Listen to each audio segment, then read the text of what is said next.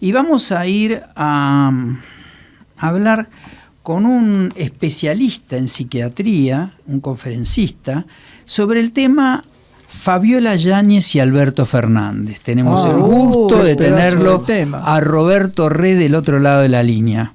Roberto, ¿qué tal? Miguel Sorraquín te saluda. Hola Miguel, muy buenas tardes. Un gusto de participar con ustedes. Bueno, y decirte cómo podemos, ¿cómo se definiría esto? ¿Cómo es una locura total? Él es un loco, ella una. ¿Cómo podés describirnos un poco desde un punto de vista psiquiátrico? ¿Hay que internarlos a los dos? ¿Cómo es esto?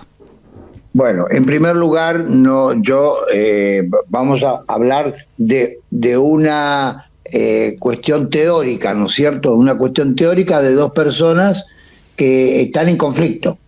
Correcto. Y que como consecuencia de estos dos actores en conflicto se ha generado en la opinión pública un verdadero tsunami que pone de relieve un tema que está dentro de la cultura y que tiene que ver con la violencia, en este caso con la falta de cultura, para decirlo de alguna forma, y no solamente con la falta de cultura y vinculado a hechos de violencia consuetudinaria entre las parejas, que por otro lado está agravado por el uso de estupefacientes y de alcohol. Entonces, y que bueno, ha ocurrido ni más ni menos en la cumbre del poder de un país presidencialista y que bueno, nos tiene realmente azorados a todos los argentinos. El hecho de violencia que es denunciado tiene que ver con terrorismo psicológico.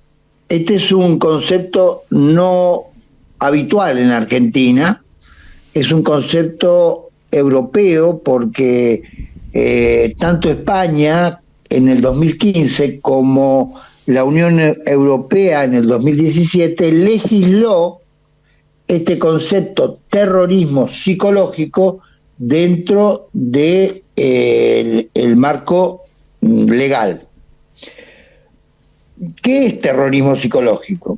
Terrorismo psicológico es una conducta propia de un terrorista que puede ser un psicópata o puede ser un ideólogo que detrás de una ideología y algunas veces vinculados a la psicopatía, va a pretender hostigar, manipular violentamente, provocando en la víctima, que puede ser un pueblo, que puede ser una nación, que puede ser una comunidad, una conducta de miedo, de caos, de indefensión y de profunda desesperanza en un marco de terror. Esta herida puede ser visualizada a nivel físico, como las fotos de alguna forma pretenden demostrar, o puede ser invisibilizada también como lesiones psíquicas que habrá que demostrar.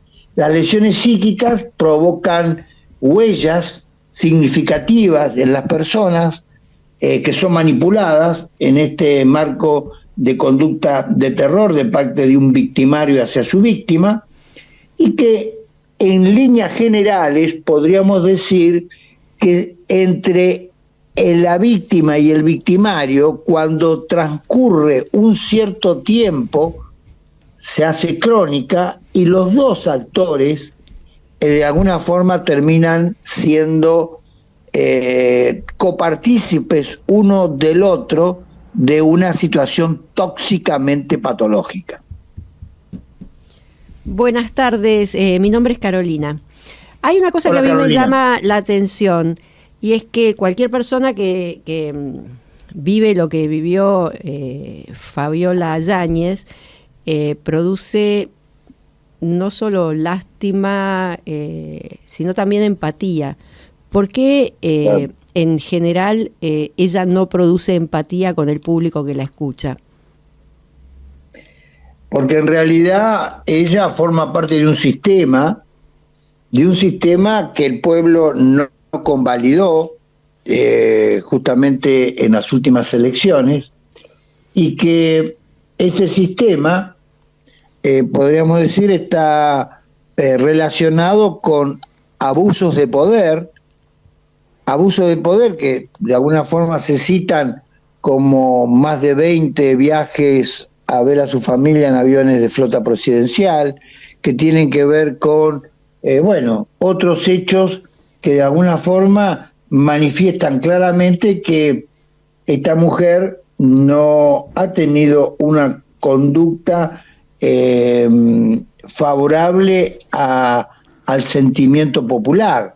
Es decir, cuando alguien se aleja del espíritu del pueblo y se centra en una situación que podríamos decir cercana a la corte, es decir, evidentemente a la corte del poder, y no se allana a el sentimiento y a la llegada popular, va a generar también rechazo. Y no es solamente eso, hay otros elementos que han formado parte de situaciones constitutivas y que, claramente dan un rechazo popular. Basándonos en eso, no sé si es políticamente correcto lo que voy a decir, pero se podría llegar a pensar que, me aguanto los golpes, pero ¿es el precio que tengo que pagar por estar a donde estoy y disfrutar de lo que disfruto? Y es altamente probable, Carolina, es altamente probable de que el silencio termina siendo cómplice porque, para disfrutar de las mieles del poder, me aguanto los golpes que, por otro lado, como dice el reporte periodístico, ya venían siendo anteriores cuando vivían en el departamento de Puerto Madero y se consustanciaron después con la llegada al poder en la Quinta de Olivos. Y que, por otro lado, ese silencio, de alguna forma cómplice, se mantuvo hasta que, por imperio de una situación delicada legalmente de él en relación con las compañías de seguro, surge a la faz pública esta situación. Con lo cual, esta denuncia es congruente en realidad, surge no por ella en forma directa, sino en forma indirecta, después de que en el caso de las compañías de seguro y de esta cuestión relacionado a eso, aparece, y en donde probablemente para lavar su reputación, denuncia lo que denuncia, ¿no? Sí, igualmente ella parece que hizo una serie donde cuenta toda su vida con Alberto Fernández y por eso ella dice que hay cosas que no puede decir porque parece que firmó un pacto de confidencialidad hasta que no salga la serie. Esta serie, que está financiada por ella, parece que está por salir en cualquier momento y es concomitante con todo esto, porque ella podría no haber hecho la denuncia. Entonces, algunos dicen que es porque él no le dio la plata que ella le exigía para no hablar. Una vez que está hecha la denuncia por ella, que fue hace unos días nomás, no fue cuando salió todo a la luz con Ercolín y los chats de la secretaria de Alberto y todo eso. Se dicen muchas cosas, ¿no? Hay que ver cuál es el trasfondo. Claro, sí, por eso la justicia tendrá que poner luz sobre esta realidad. Hola, buenas tardes, Rodolfo Estela es mi nombre. Rodolfo, buenas tardes. Buenas tardes. Usted empleó el término terrorismo psicológico en este caso. Sí. ¿Por qué motivo? Porque hay muchísimos casos de estos similares a este, lógicamente este es el que supera todo por la calidad del expresidente, que sin duda ejerciendo la presidencia y estando oficialmente siendo ella la primera dama, ocurren todos estos hechos, sin duda es muy relevante, ¿no? Pero lo que le quería preguntar, ¿por qué se usa? No lo había escuchado, o no se ha escuchado mucho ese término terrorismo psicológico, sobre todo la palabra terrorismo, que uno siempre lo está, digamos, comparando con los hechos de terrorismo que ocurren, de violencia, ¿no? ¿Por qué en otros casos no se usa este término, o no es muy común usar este término para estas acciones? Efectivamente, Rodolfo. También la comunidad psiquiátrica y psicológica y de la ciencia del comportamiento en la Argentina se sorprendieron con estos términos que vienen de Europa. Yo creo que esto está íntimamente relacionado con un hecho político. Recordemos digamos, cómo, aunque ha habido terror en muchas historias de la humanidad, en Francia, en la Revolución Francesa, hay un periodo que se reconoce como el periodo del terror, ¿no? Donde los políticos de alguna forma de aquello entonces se mataban entre sí. Evidentemente, esta es una forma también de asesinato público de la figura del presidente, pero que viene de Europa como concepto, digamos, absoluto, como concepto central. Y tiene doble entidad, para mi gusto. Tiene una entidad vinculada a la violencia, porque nosotros en la Argentina conocemos esto como un cuadro de violencia de género, pero por otro lado tiene una connotación social y política, es decir, el terror, es decir, que desde la política y desde el campo social tiene una connotación especial, con lo cual hay una doble imputación social, política y personal cuando decimos que alguien que además es un político, es decir, más allá de la connotación en este momento de digamos, de la opinión pública negativa que tiene el señor Fernández, o el doctor Fernández, evidentemente está dando cuenta en la denuncia que hay una implicación directa no solamente de violencia de género, sino también una connotación de tipo político y social. Claro, entonces, que por otro lado en Europa es punible. Sí, en eso estoy de acuerdo. Además, me parece que aquí en la Argentina en general hablan de la situación privada del presidente, de la vida privada. No, yo entiendo que el ciudadano, cuando es elegido presidente, dejó de tener vida privada, porque no se es presidente de 4 a 8 y de 8 a 14, no, se es presidente durante todo el periodo que esté.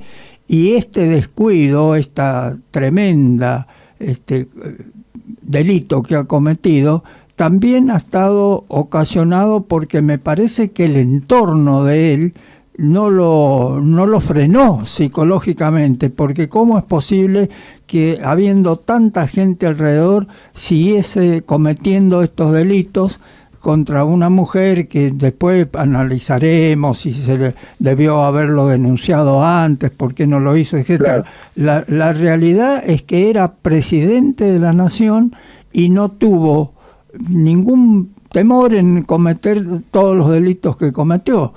Yo también culpo que la gente que lo rodea no lo cuidó, digamos, en el sentido de cuidado de haberlo frenado en estas cosas, ¿no? Conociéndose de que todos sabían lo que pasaba, sobre todo en la residencia de Olivos, ¿no? Yo comparto con usted, Rodolfo, este concepto de lo público y lo privado, ¿no? Porque si bien es cierto la vida privada es privada, pero si tenemos que un funcionario público de semejante nivel de responsabilidad sobre una nación tiene conductas violentas, por un lado, demostradas también cuando a un jubilado en un restaurante también le propinó una soberana paliza, ¿no? Es decir, que por otro lado utiliza el alcohol y la marihuana, que son disruptivos de la faz mental, y estoy hablando como psiquiatra, el menoscabo que el uso y sobre todo el abuso del alcohol y conjuntamente con la marihuana van a afectar las capacidades cognitivas, las capacidades emocionales, y va a afectar en forma directa las tomas de decisiones. Estamos hablando de una persona que no es solamente una persona privada, sino que estas afectaciones pueden afectar a sus decisiones de la vida pública, con lo cual la responsabilidad en esta materia es pública y no privada. Exactamente. Tenemos el ejemplo del presidente de Estados Unidos, ¿no? Actual, que se tuvo que bajar de su candidatura justamente porque dudaban que su capacidad iba a estar. En el caso de Fernández, lo que llama la atención, porque la imagen que transmitía Fernández era exactamente al revés. Era de un tipo manejable, tipo casi sin carácter, dominado. Esa era la imagen que uno lo veía cuando hablaba, excepto en algunos casos muy, muy especiales donde puso el dedito diciendo que los iba a matar a todo el que saliera durante la pandemia. Pero en general su manera de expresarse y demás, hasta su físico, no daba para lo que realmente ocurrió, ¿no? El tema es que tanto en la Casa Rosada como en la Residencia Olivo, Radio Pasillo es más que radio, es de 14 emisoras que están captando todo lo que pasa en cada uno de los rincones. Yo creo que cuando entra el presidente a la Rosada ya lo saben en el tercer piso, hasta el señor que está limpiando el piso, ¿no? Rodolfo, yo creo que usted me da sus palabras, que comparto por otro lado, me da a pensar en un concepto realmente de impronta, de gestación de la nación argentina. Usted recordará, como todos, cuando en el Cabildo de Buenos Aires, en el Cabildo Abierto de Buenos Aires, el pueblo golpeaba las puertas y decía: el pueblo quiere saber de qué se trata. Entonces, de qué se trata es un derecho de los pueblos. Así que comparto realmente su pensamiento y creo que tiene que ver un poco con que la figura del presidente tiene que trascender también su vida privada y sobre todo cuando hay patologías de esta naturaleza que afectan a la totalidad de los argentinos. Sí, y es increíble también que se trate de alguien que haya tenido instituciones que protegen a las mujeres y un montón de cuestiones que el que hizo supuestamente una política a favor de todo esto sea el primer golpeador, ¿no?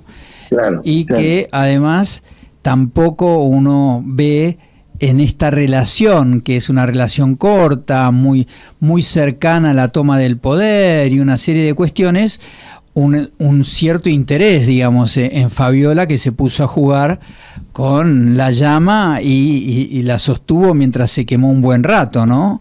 Y sale de una forma como sale ahora. A lo mejor producto de su patología, producto de los abusos que tenía. Habría que estudiarla muy bien para entender de qué se trata verdaderamente el caso, ¿no?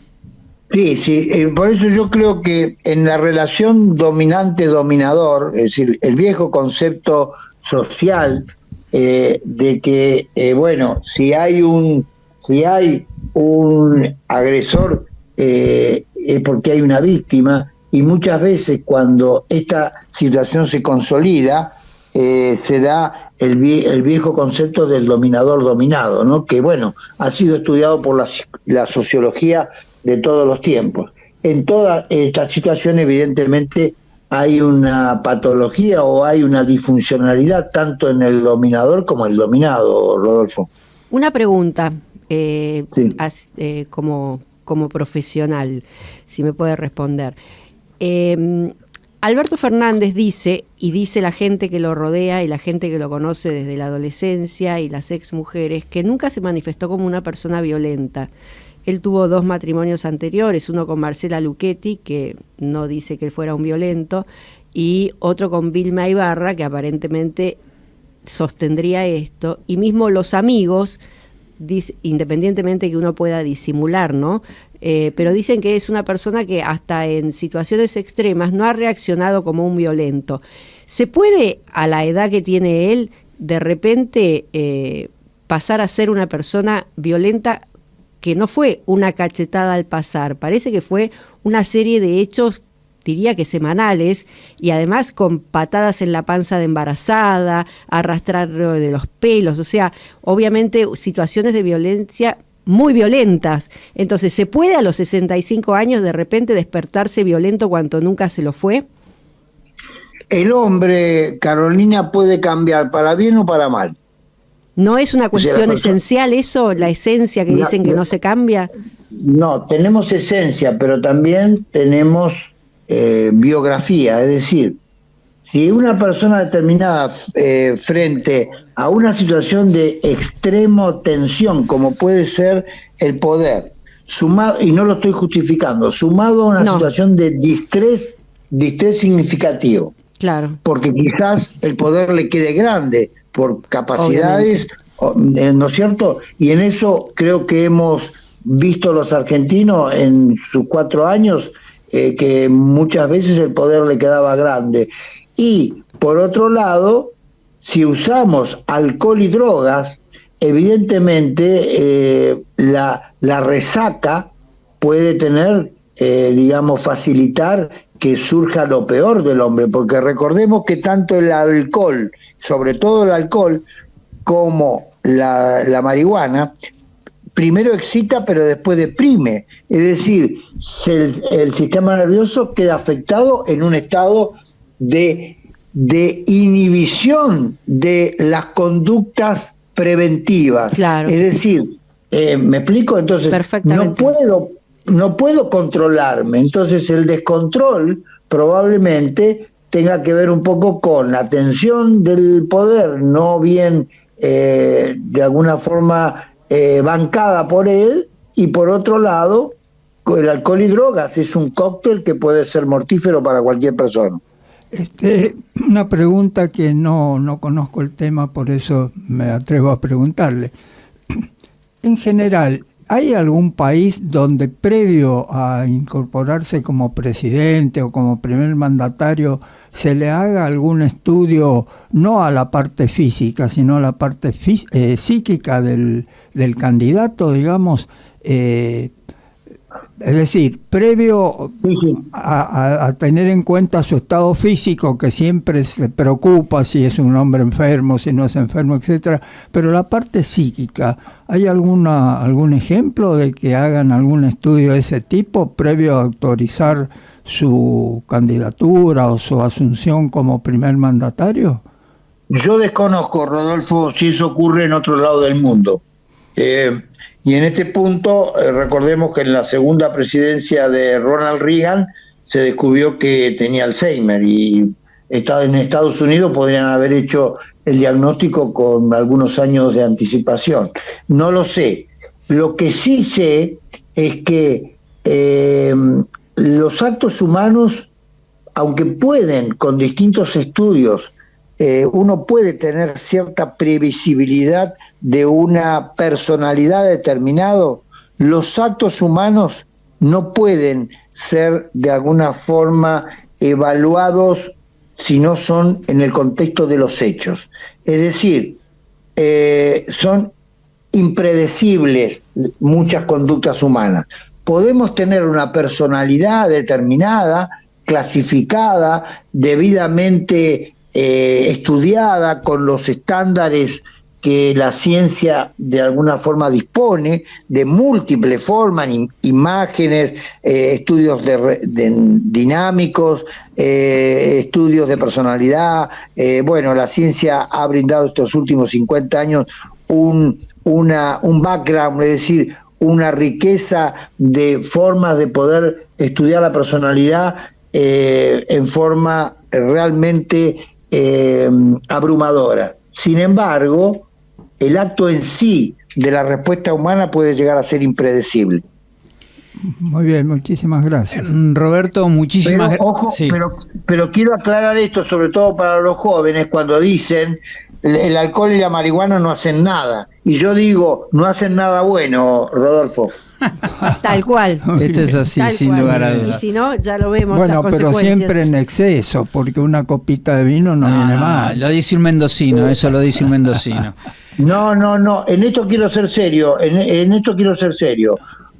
Un porro, lo que queda del producto de inhalación de un porro de tetrahidrocannabinol en el cerebro, con un solo porro dura 180 días la impregnación del tetrahidrocannabinol en el cerebro, que es muy ávido de tomar como sustancia grasa que es este producto. Entonces, uno dice que un poquito no hace nada, un poquito puede hacer mucho y cambiar una conducta. No, yo me refería al vino, ¿eh? Sí, No, estoy está absolutamente bien. de acuerdo Está con bien. con Eso lo usted entiendo. con respecto a la droga, ¿no? Sí, yo soy pampeano, no soy ni mendocino ni sanjuanino. Además con los pero pampeanos tenemos un conflicto de lleva muchísimos años, le vamos ganando, le damos 2 gotas de agua del río Atuel por año y ustedes nos hacen juicio y nosotros seguimos con el juicio y le damos 3 gotas entonces. Bueno, ese es el problema, pero lo que es cierto, estoy de acuerdo con usted. ¿Usted es mendocino? Sí, totalmente, pura cepa. Bien. Yo tengo muchos amigos de Mendoza y vos he seguido. De todos modos, yo por las dudas, Rodolfo, aunque sea un sacrilegio, el vino lo tomo con agua. Ay, qué feo. Yo también, con Qué feo. soda, yo con soda. Qué feo es. O con un poco de soda mejor. Sí, señor, estoy con usted. Ya me está dándose. Bueno, Bueno. muchísimas gracias por la nota, Roberto, y bueno, vamos a ver qué es lo que pasa. Muchísimas gracias por haber estado con Gracias, nosotros. muy buenas tardes. Gracias por llamar. Adiós. Hablamos con Roberto Re, médico, especialista, psiquiatra y speaker en conferencias de varios países y director fundador de la red Sanar.